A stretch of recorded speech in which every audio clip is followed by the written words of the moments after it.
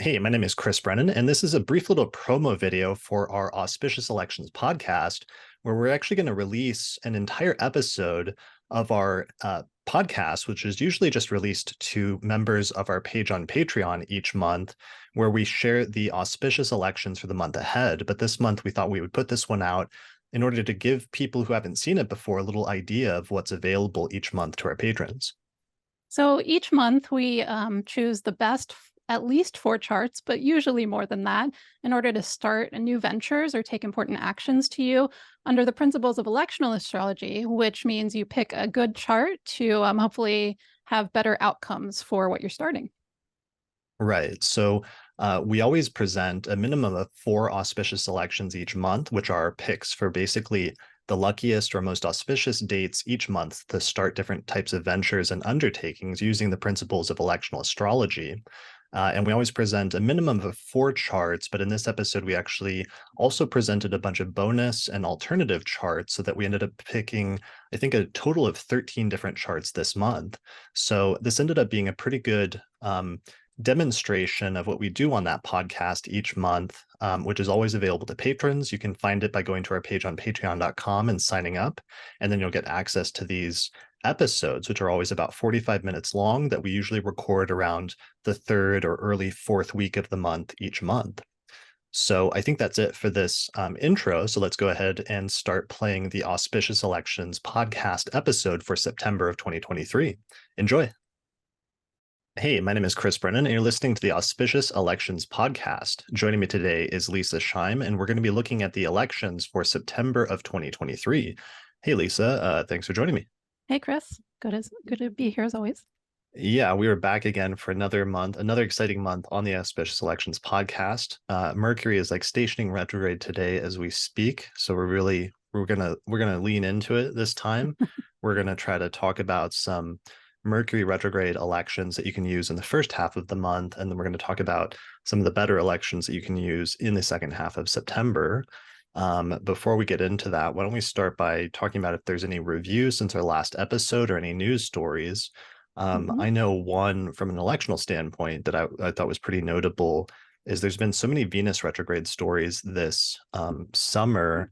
And one of the cool ones that I found when I was investigating them is I found out that Barack Obama proposed to Michelle Obama literally the day that Venus stationed retrograde in Virgo in 1991, in the summer of 1991.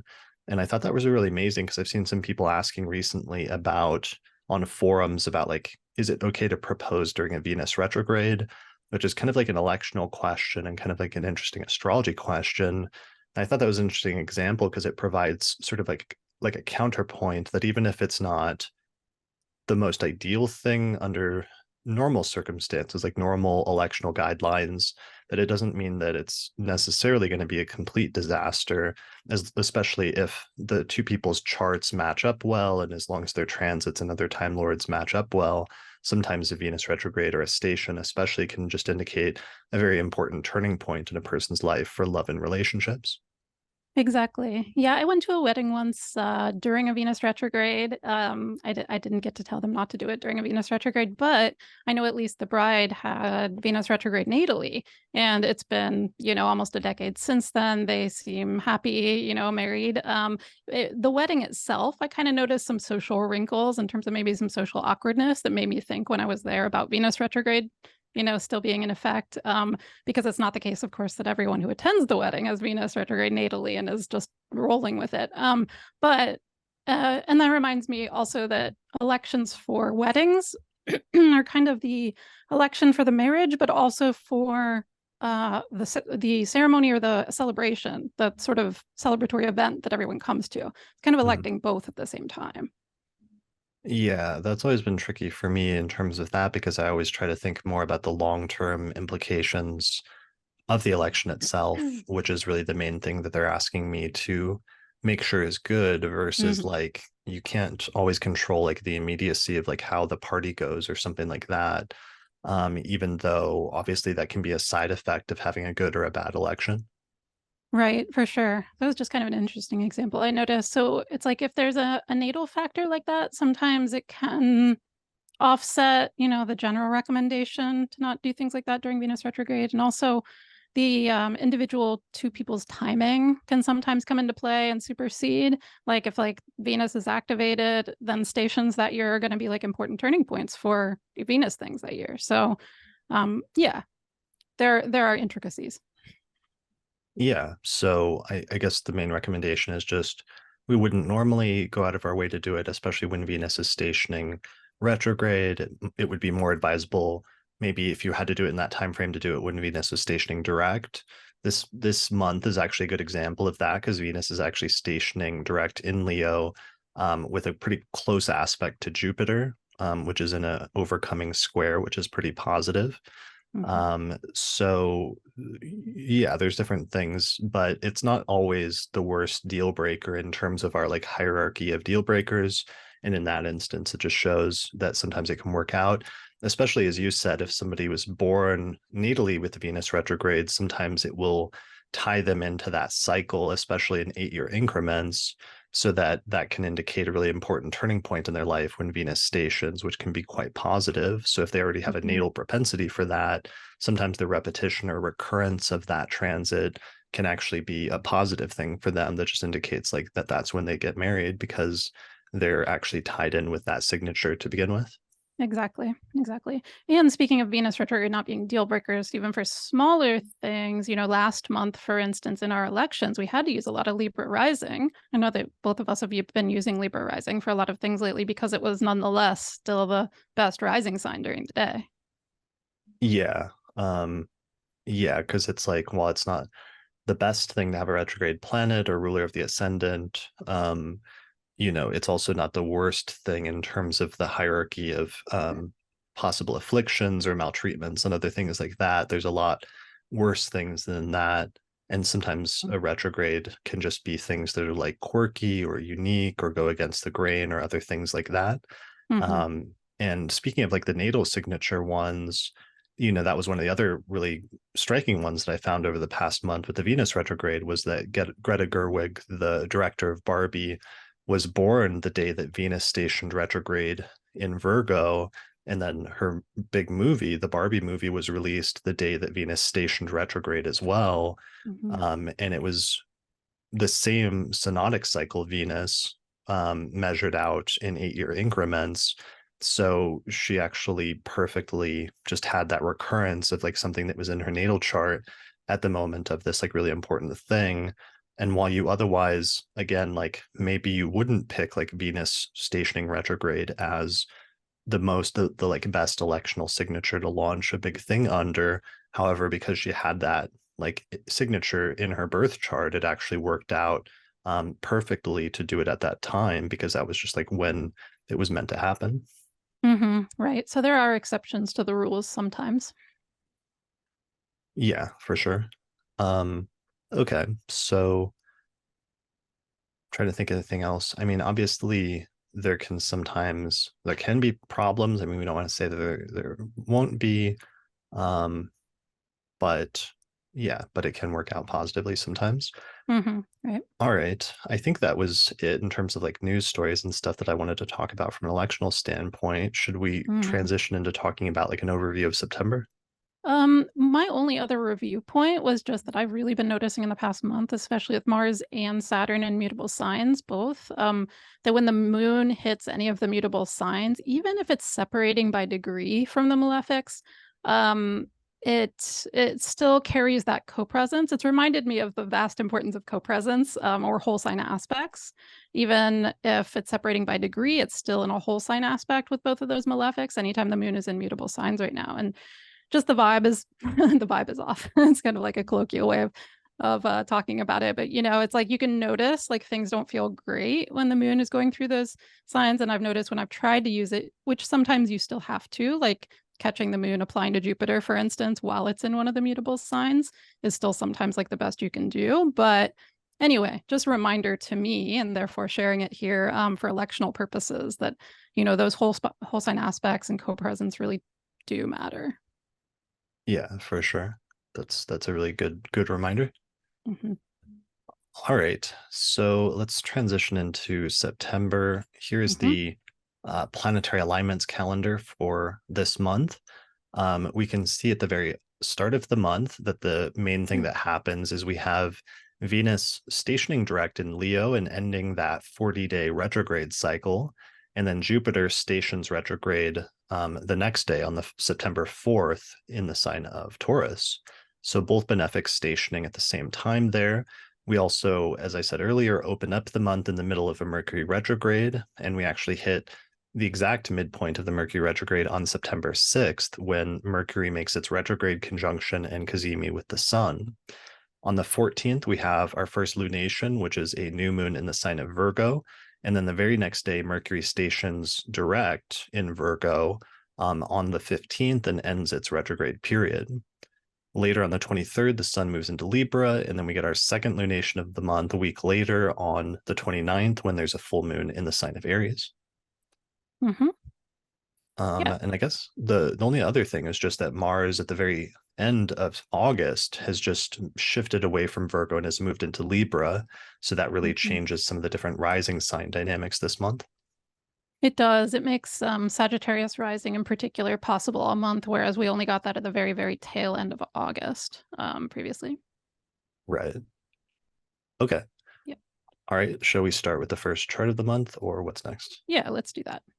So the first chart of the month is going to be September 3rd around 9:55 p.m. with Taurus rising.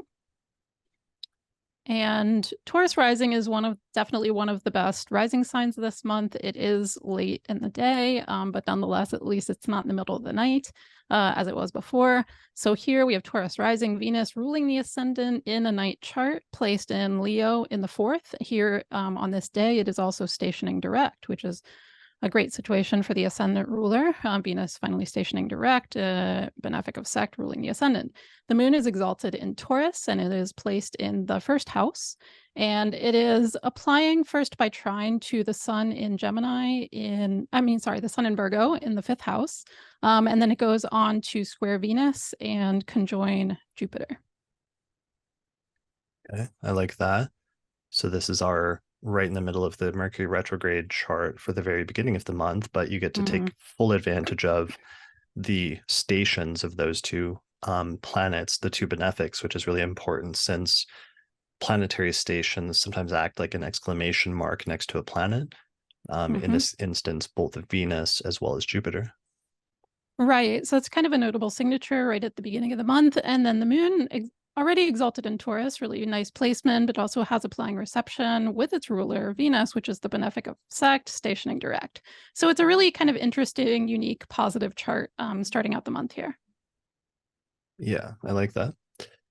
So the challenging aspect of the chart is going to be the Saturn in the 11th house placement, which is not good for friends, groups, and alliances because Saturn is in a night chart.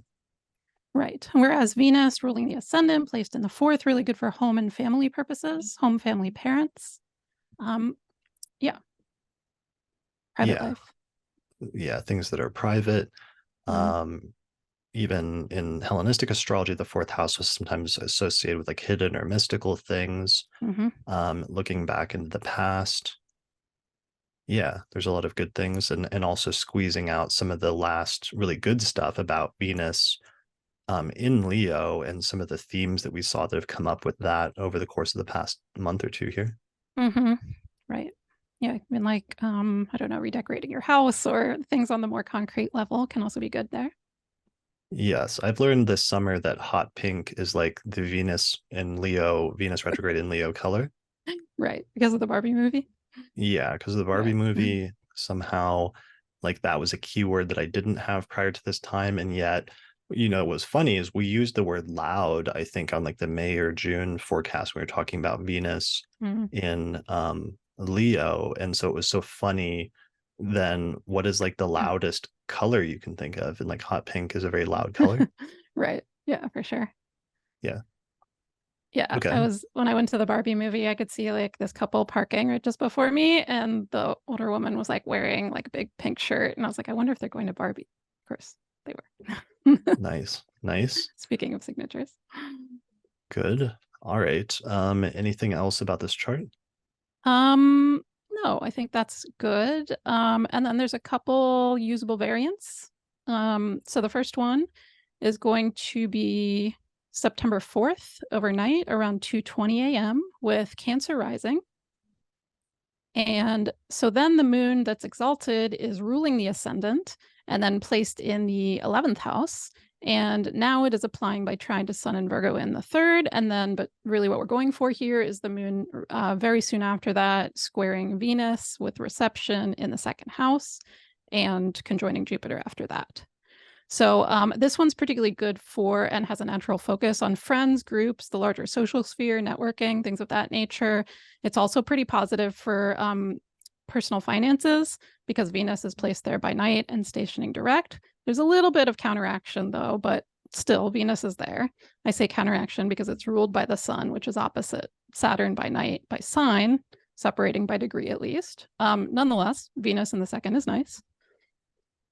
Yeah, that's a good placement for financial matters, especially in a night chart, and that the election is not only focused on that, but that's also the most like benefic area of the chart, that they're somehow bringing or manifesting beneficence, the person who initiates the election in that specific sphere of finances and possessions. Yeah, and that could come via like friends or social connections since it's the ascendant ruler in the 11th applying to that Venus with reception in the second. Yeah, that's a There good could be point. an involvement between those two areas. Yeah, there's a very strong connection between the 11th and the 12th house here. 11th and second. Yeah, 11th and second, sorry. Yeah. As well as, not to mention, I mean, Venus also rules the fourth house. Mm. So it may be bringing in some fourth house topics as well to that second house placement. True. So Saturn is placed in the ninth in a night chart here. So areas to avoid using this election for are going to be ninth house matters such as higher education, publishing, overseas travel or long distance travel. Things involving like religion, philosophy, serious study.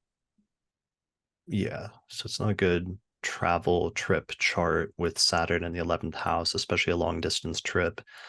I've been entertained seeing sometimes people with Venus retrograde in the ninth, like going on trips and stuff, which is a very literal like manifestation. Sure. Yeah. Yeah. True. All right. Yeah. Anything else you want to say about this one? No, I mean, I think that's pretty straightforward. It's good primarily for like friends, groups, finances, this chart. Exactly. Okay. Okay. So the only other variant for this one is going to be if you just back it up again to the previous afternoon, September 3rd, around 1:15 p.m. And that is Sagittarius rising. And I just listed that one last because I like the other two better, but this is a nice solid daytime chart if you need a daytime chart. So this is early Sagittarius rising with Jupiter ruling the ascendant placed in the sixth house, mitigated by that trine to the midheaven degree. So you definitely want to shoot for that if you're using that because it is the ascendant ruler in the sixth. It's a cadent house, but if you can make it trine to the midheaven, then that really mitigates things. The moon is still exalted in Taurus, but earlier, also in the sixth house, and it makes all those same applications. So the trine to the sun in the 10th, then applying next to the square with Venus with reception in the 9th and conjoining Jupiter. So this does have the benefic of Sept again ruling the ascendant. It's stationing, which is nice because it's an extra emphasis on the Jupiter, but it is also the one that's stationing retro. Yeah. So this is you can use any degree of Sagittarius rising, it doesn't matter, but if you can in your location, try to get the midheaven around within 3 degrees of a trine with Jupiter at 15 Taurus, because otherwise we really wouldn't normally recommend putting the ruler of the ascendant in one of the bad houses like the 6th, the 12th, unless you're mitigating it by either configuring it to the degree of the midheaven or alternatively to a planet in the 10th house or the 4th house, which this also has. Because I know in our location, this is cutting it pretty tight, having 0 degrees of Sagittarius rising and the midheaven at 15. So there's some locations where that might not work out, or you might not be able to get Sag rising with the degree of the midheaven at 15. But I think you could still use this chart because Jupiter is still configured very closely to Mercury within 3 degrees in the 10th house, albeit retrograde, and the sun is also coming up. And although it's not within 3 degrees, it's getting pretty close there to a trine as well. Exactly. And I should have said the moon actually does sextile, because we backed it up so much. The moon is sextiling Saturn before it makes those other applications, which is fine. It's just a sextile, and it's a day chart Saturn. In case anyone is wondering that piece.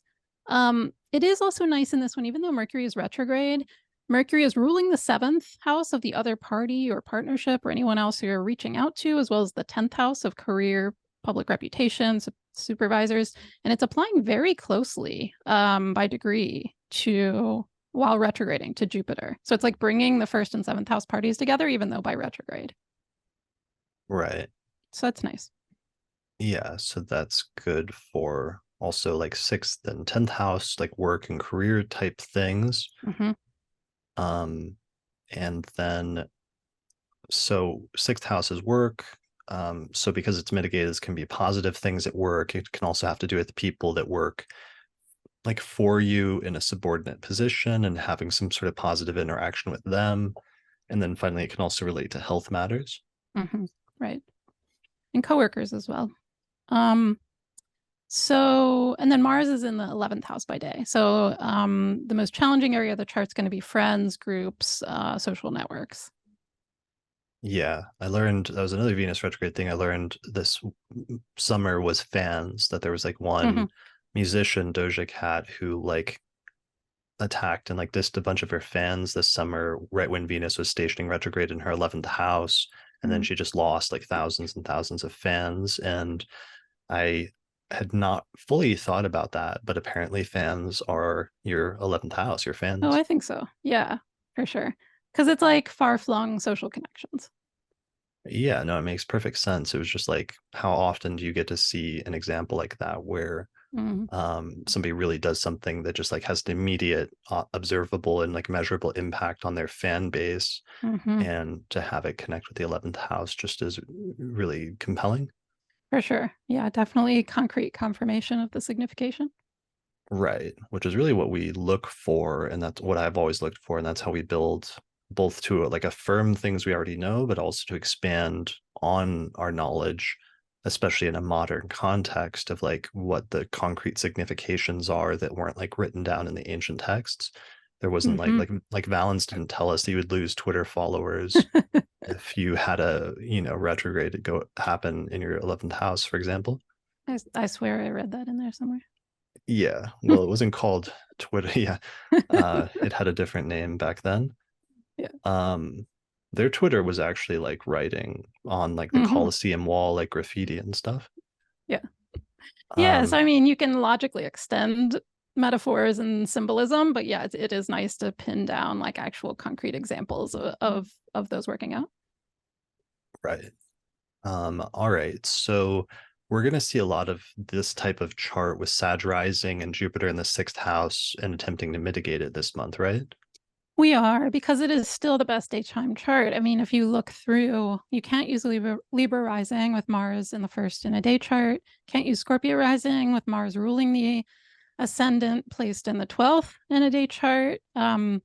Early, so Sag rising is next. The one before Libra rising, Virgo rising, you'd almost want to use after Mercury goes direct. And I have one that I've tried in the middle of the month. But what happens is it's retrograde for the first half of the month. And by the time it stations direct, the sun is almost out of Virgo. So you really lose the rising sign, and you have Saturn in the 7th in the night chart, which you can't do. So that's why Sag rising is the best daytime chart, even if it has some sort of, drawbacks that people might point out. Yeah. And so we can't use Capricorn rising, which is too bad. I had been using some of those lately that were working out okay, or decent at least. So we can't use that because then Mars is in the 10th by day, and we can't use you can kind of use that, but it's just not you can use it if you need to. It does have the benefics angular, which is nice, but I've just been encountering Aquarius rising with Saturn ruling the ascendant retrograde in the 2nd house. It's just like, it's not in a great house, and it's retrograde, and it's Saturn to begin with. And I've just had them kind of like not work out as well as I would hope, given that the benefics are angular.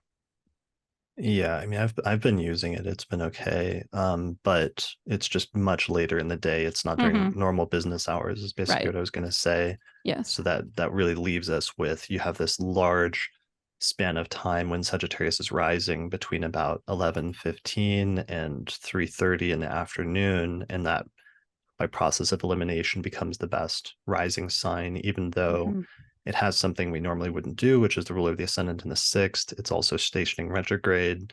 However, as long as you mitigate it, it is usable, and it is the best option that you're going to find if you're looking for stuff during normal business hours in the middle of the day. Exactly. And that is why we're going to have some of those. So are there any other general things, so we don't have to repeat ourselves each time? Just it's very positive, especially for sixth and 10th house things, which are like work and health primarily oriented. Yes. And it's not good for friends and groups because Mars is going to be transiting through the 11th in all of those charts. Exactly. Yeah, that is something that carries through all of them. Yeah. So it's like strife, fighting, separations with friends and groups as the primary danger with that. Right. All right. So that's good. What's our next chart? So next one is going to be September 10th, about a week later, around 9:50 p.m. with Taurus rising. Taurus rising, while late at night, is definitely one of the most solid rising signs through September. So because Venus is stationed direct early in the month, so it's just direct, angular, and the benefic of sect ruling the ascendant. So just keep that in mind for your September charts. So here Venus is ruling the ascendant, placed in Leo in the 4th house in a night chart. The moon is also in Leo in the 4th, and it is applying to conjoin Venus, and then afterwards to square Jupiter, which is in Taurus in the 1st house. Nice. That's very, very good. So that's a solid like moon Venus chart, particularly good for home and family private matters, but even more so possibly than before with the moon right there co-present with Venus and applying to conjoin. Yeah, that's putting a lot more emphasis on that 4th house Venus. It's also bringing a lot more Leo energy to the chart, which is very loud, but it's interesting that it's like a loud placement in a private sector of the chart. So maybe it's like being loud in private. Right. In a positive and like sort of benefic way. Right. I think I said this for one of the similar charts in August. This is, however, not for throwing a party at home. You can have a party on your own at home, but Saturn is in the 11th of friends and groups. So, you don't want to combine those two things. Yeah, this is like throwing a very dazzling party at home, but then like your friend gets sick and is like throwing up in the toilet all night. Something like that. Throws up on your cake.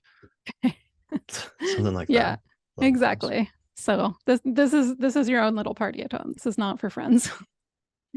One of the things I like is Mercury is getting very close to stationing direct at this point. I can see in the table in the bottom right corner that it's only 4.7 days from stationing direct. So that's pretty close at this point. You start getting into the almost clear zone here in terms of Mercury retrograde being just about over. Yeah, it's getting there. Yeah. It's getting there. Okay. Let's see, anything else about this one? Those are really the main factors. Yeah. The Taurus rising charts do put Uranus in the 1st house very close to the ascendant, which can sometimes indicate some things that are unexpected. But it can also just be that you or something about your election, something you create at the time, comes off as unique or rebellious or something along those lines. And especially if you can fold that Uranus energy like into what you're starting at that time as a basic component, that can help to harness it and sort of channel it instead of having it happen to you. Yes, for sure. And speaking of that Uranus being close to the ascendant, you do have choices as far as where you put the exact ascendant degree. Here I've just moved the IC just barely into Leo so that it's at least co-present with Venus at night. But that did put the ascendant within a few degrees of Uranus. Okay. So that won't be the case in all locations. So just check and see, what you can do in your location. Yeah.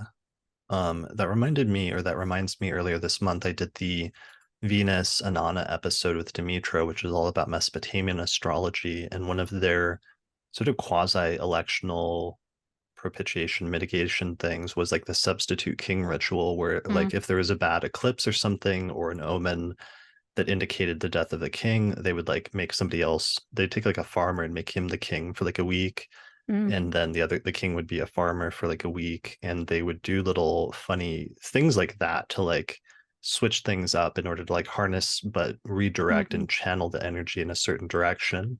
And I think that's really good, probably still implicit thing that we're doing here, like I was just recommending with the Uranus placement, where you have something that could potentially be challenging to find a way to do it yourself and take it into your own hands, because then even though the significations have to manifest in some way, if you choose proactively how they manifest, sometimes that can sidestep in, not proactive manifestation that you receive that maybe isn't as preferable as what you would like. For sure. Yeah, I think it's worth trying. I don't know that it always, will take that potential away, but it's certainly worth trying because I think sometimes it does. Yeah, because sometimes, it doesn't work and that you can just end up doing something weird in order to try to manifest it, but then something unexpected and bad still happens, and you then also acted weird trying to fix it, which is not ideal. But sometimes, I mean, especially when stuff is connected with the first house, there's more of a opportunity sometimes for that, I think, than at other times, versus something else like trying to mitigate, like the malefic contra of the sect or something like that is harder. Yeah, for sure. Okay. Agreed. Okay. So that is that one. Next one's going to be September 11th around 12:45 p.m. with Sagittarius rising. And so Jupiter is going to be ruling the ascendant, placed in the 6th house in a day chart, now retrograde. The moon is up there in Leo in the 9th house, and it's applying closely to conjoin Venus, and then also closely after that by square to Jupiter. So this is a nice, moon Venus and moon Jupiter, moon applying closely to both benefics here. Focus again, as with all the Sag rising charts, on Jupiter in the 6th, so work and health, coworkers or employees. And then a particularly kind of bright spot also in the 9th house of higher education, publishing, travel, etc. Yeah, that's really good. I like the 9th house placements that are direct. So that's like publishing a loud book, a book that stands out. A loud book. That reminds me of like it wasn't a book, but the thing you sent me once for my birthday where it opens and all the butterflies fly out. Right, like a surprise cake. Yeah. So it was like do that with a book. Yeah, or That would like be a loud book. a book with a flashy cover would be a good manifestation here. For sure. For sure. We're going on like a potentially like a sort of lavish trip in connection with work. Yeah, that would make sense. I mean, or a book. What's funny is like the ruler of the 6th is in the 6th house. So maybe it's a book that has really flashy cover, but it's about like workers' rights or something like that. It's very specific, but I like it. Yeah, hot pink glitter cover. That's another keyword I learned. Venus retrograde in Leo is glitter, but also glitter bomb. And I thought that was a really good one. Okay. That was how, actually a relevant metaphor somehow in this instance, because that was how Greta Gerwig described Barbie. As she said, she wanted to be like this glitter bomb that's all dazzling in its initial appearance, but then got to some really deep stuff in the actual narrative. So that's similar to what we're talking about here. For sure. All right. So, Mercury is 4 days from stationing direct, so it's practically stationary at this point, right. Which is good for career stuff. Not good for friends and groups still, with Mars in the 11th and day chart. Otherwise, I think that's about it, right? Yeah, I think so. Yes, with any of these retrogrades, with both Jupiter and Mercury being retrograde, there can also just be delays in what you're doing, but still, good significations in the end. Right. Delays or slowness. That was one of the things we learned, like with the presidential election, the last one, Mm-hmm. 2020, when Mercury like Right. stationed direct on election day, but then it took like a week to count up all the votes. Right. And it was stationing direct square Saturn, like exactly square Saturn, which is Right. also things that take longer. Yeah, that was pretty strikingly literal. Yeah, and so when people sometimes get worried about using, having retrogrades in an electional chart, it's also like, I mean, yes, delays aren't like ideal in your ideal fantasy of how things should go when you're trying to like start a thing, but they're way better than like some other things, like would you like delays or would you like harshness? Like delays are actually like lower down. And they're part of life. So Right. Yeah.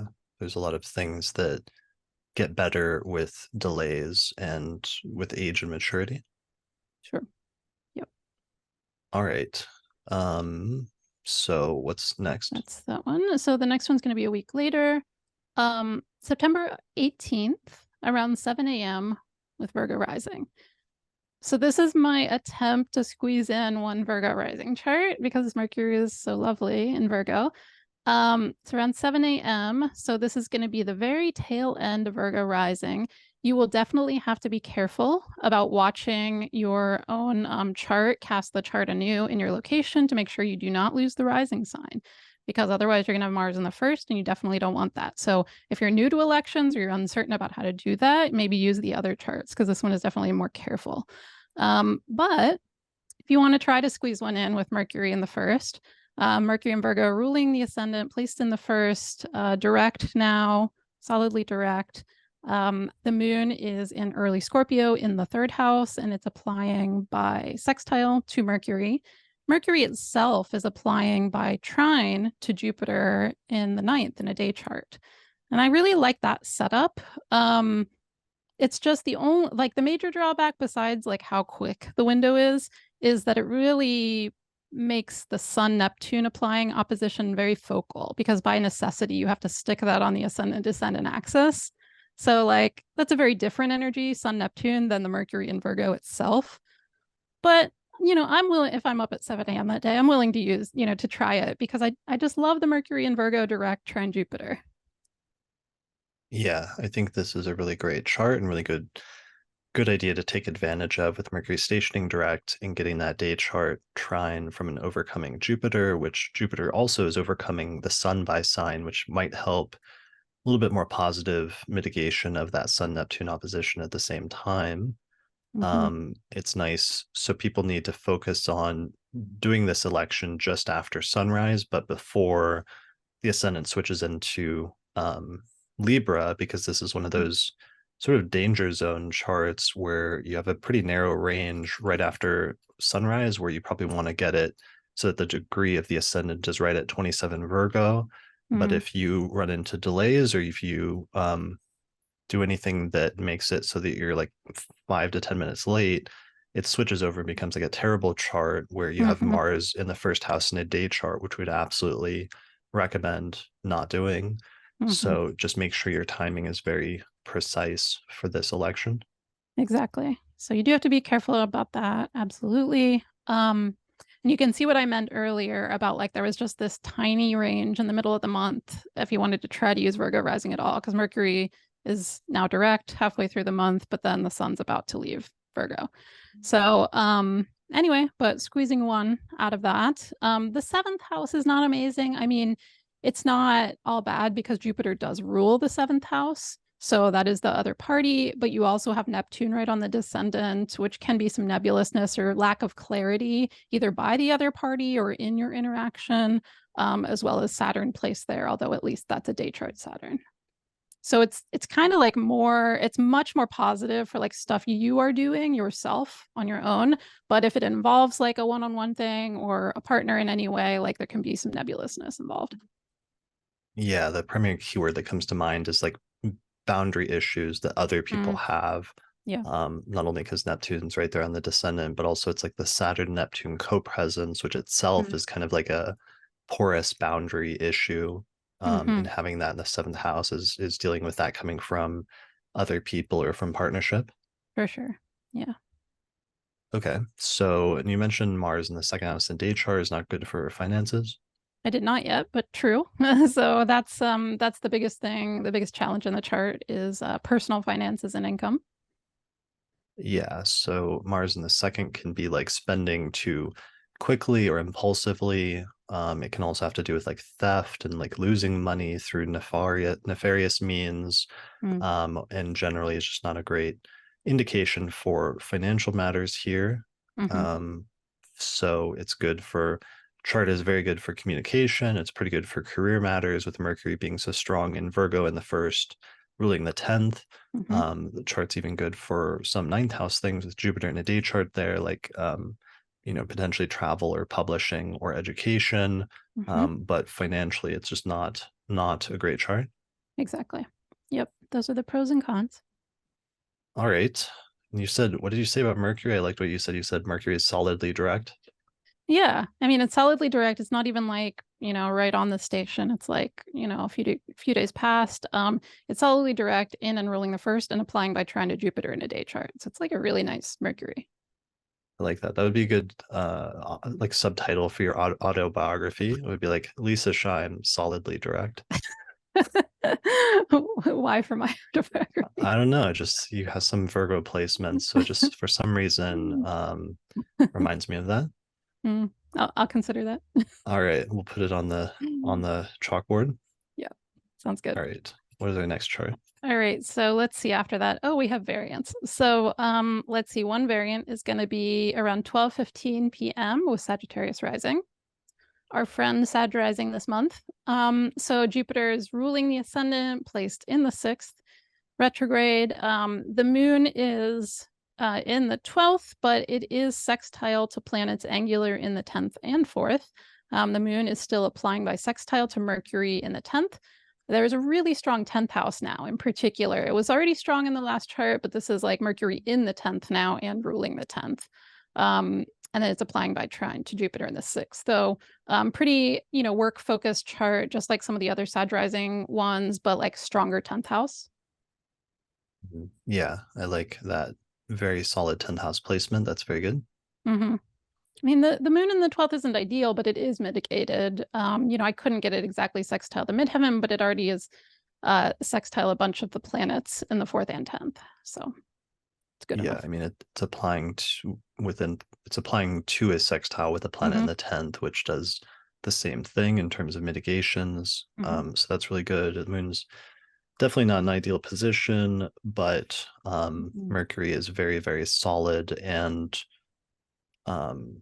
yeah, and Jupiter is also mitigated in the 6th. So this is another variation of our charts with Jupiter in the 6th with some sort of mitigation from 10th house planets. Exactly. And I also want to note that even though I don't usually love putting the moon in Scorpio, it's been an exception lately because anytime the moon's in Scorpio, it's in hard angles to both Venus and Jupiter, which really improves things kind of experientially, I've noticed. Yeah, it's definitely been better compared to last summer where all of the moon and Scorpio stuff, especially at night, was running into that square with Saturn. For sure. Yeah, so now it's definitely more positive. So just noting that for anyone wondering about that as well. Okay. All right, And and then then and sorry, the go ahead. Sun Neptune opposition, which is so close, has moved to the 10th and the 4th house. So it's almost like the boundary issues shift to 4th house of like home, family, stuff like that, and maybe some kind of tension between private versus public life. Yeah, for sure. This is a really solid work chart. But so it's like almost like someone who has things really together in their work life, but then they go home and things are like really chaotic or unclear or that kind of thing in their home life. Yeah. Yeah. Okay. Okay. There's one more variant, alternate rising sign around 9 p.m. with Taurus rising, which remember is one of our particularly positive rising signs these days. So Taurus rising, Venus ruling the ascendant in a night chart. So it's benefic of sect, placed angularly in the 4th house. And the moon is now in the 7th, and it's applying first by opposition to Jupiter in the 1st in Taurus, and then by square to Venus in the 4th.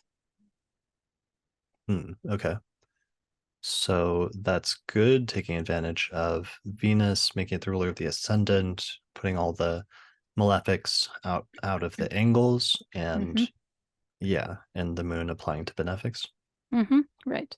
So just taking advantage of, again, Venus ruling the ascendant, well placed in an angular house. Another one of those Taurus rising ones, great for home, family, private life. Saturn in the 11th, not good for friends, groups, social scene. Yeah. Okay, that's good.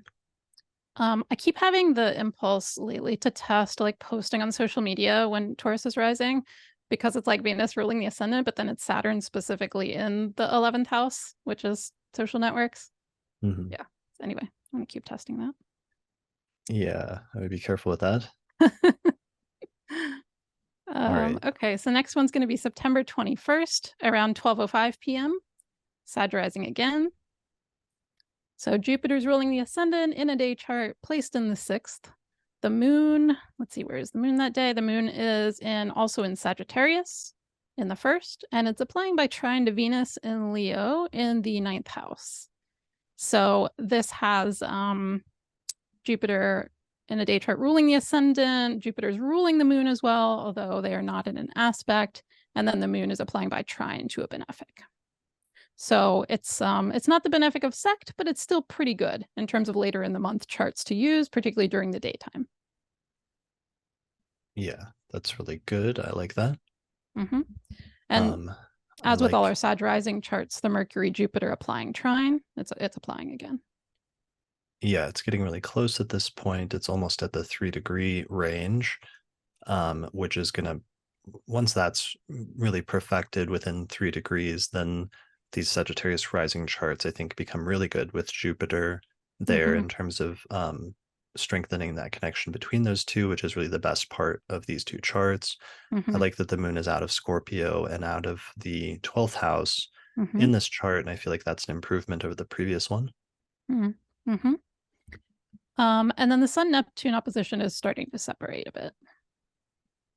Yeah, that's also an improvement for sure over the previous ones. Yep. So good as all the Sag rising charts are this month for those 6th and 10th house topics, work and health. There's another little bright spot here with Venus in the 9th.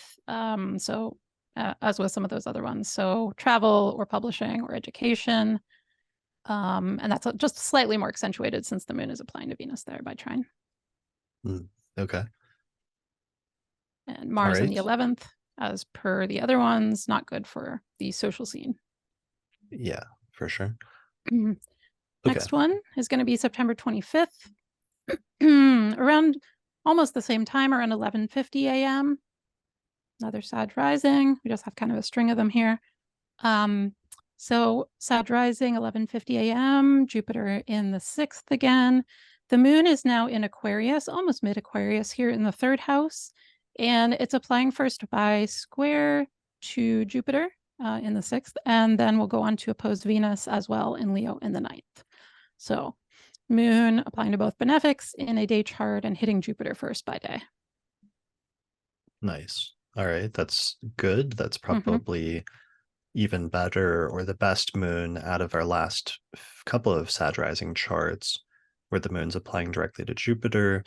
This is the chart now that Mercury, it's separating at this point, but it's still within 3 degrees of trining Jupiter exactly, so that even if people in certain locations have been having difficulty getting Sag rising with the midheaven trine Jupiter, this is a chart where, because Mercury is closely trine Jupiter, you don't even need the midheaven. So you can really take advantage of this chart no matter where you're at.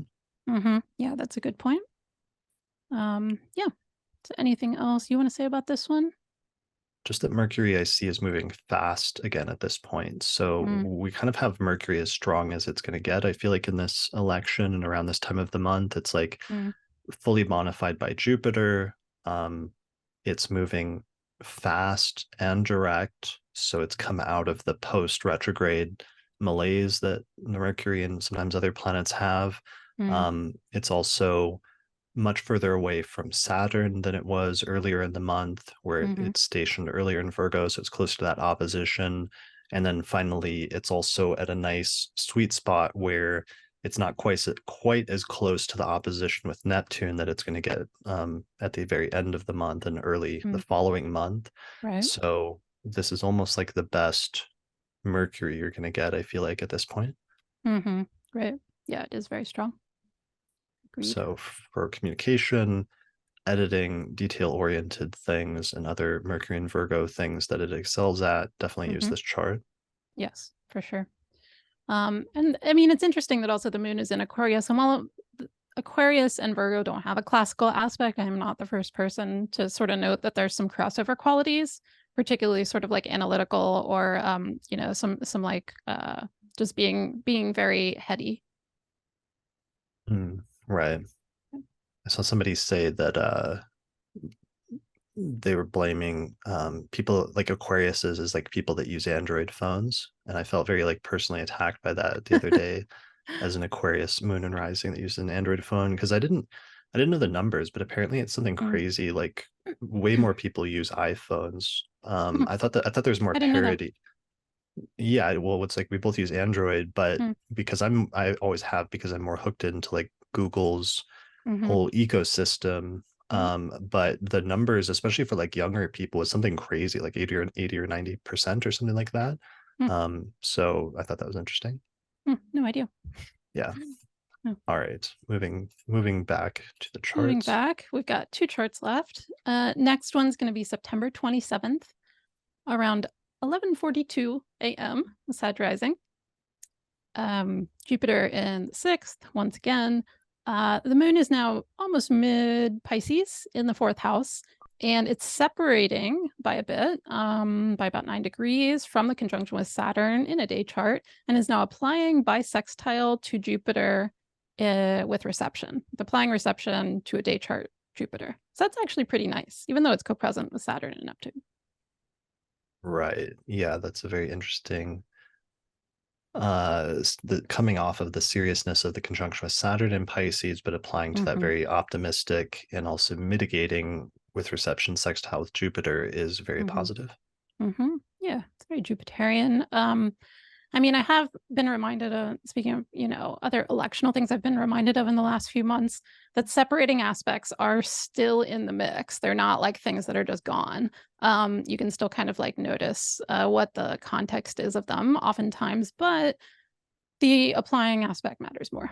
So, and here I'm comfortable with it because it's well past Saturn. It's not like within a few degrees. Yeah, for sure. And speaking of separating aspects, Mercury is still barely around 3 degrees from the trine with Jupiter. So this is the very last election where Mercury is going to get at least the greatest intensity of that trine, even though there'll still be a sign-based trine with Jupiter after that point, but also in terms of mitigating Jupiter in its 6th house position. This is going to be the last chart that has that.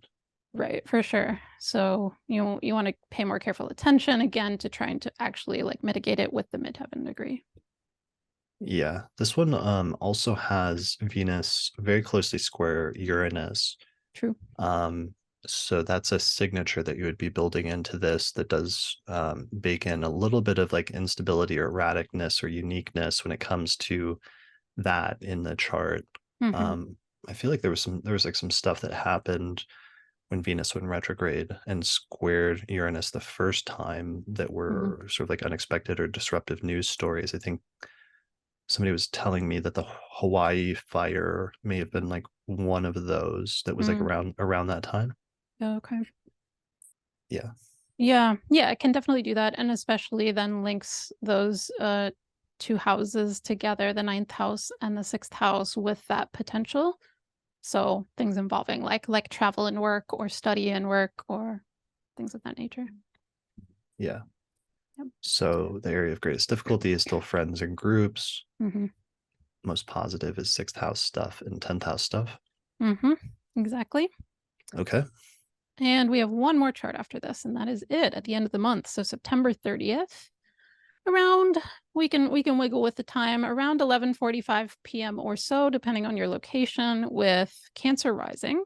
Finally get one more non-Sag rising chart. So Cancer rising, the moon is exalted in Taurus. I was looking for a way to take advantage of that. Exalted in Taurus, ruling the ascendant in a night chart in a good house in the 11th house. Here it is applying to conjoin Jupiter first. It is within 13 degrees, and then we'll go on to square Venus after that with reception. So Yeah, I mean, you can see that the next day when the moon gets a little further, as long as it's still applying to those planets in your location, is going to be even more positive.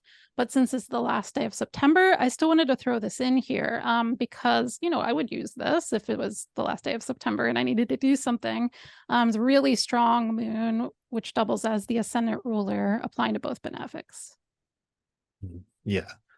Yeah, this is a great chart. I love the Mercury dignified still. I love the exalted moon because we've been going through different signs and like struggling with like some signs being better or worse than others, but this is just a um pretty solidly placed moon exalted in the 11th house in Taurus, applying to both benefics. Mm-hmm. Exactly. And it does that thing again, I think we had early in the month where it links together the topics of friends or groups or your social networks with your personal income and finances in a positive way.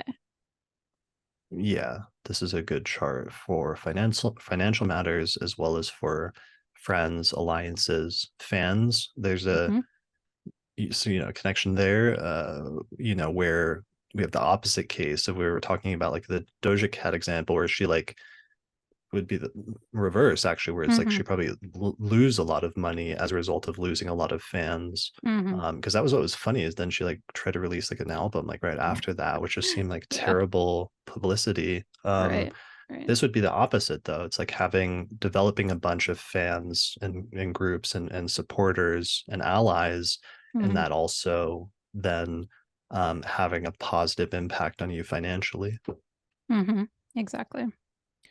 Exactly. Yeah, a great connection between those two, with Venus ruling the 11th and placed in the second in a night chart. So as far as the exact timing, you have some choices there. I mean, here at around 11:45 p.m., it does place Mercury close-ish within 3 degrees to the IC.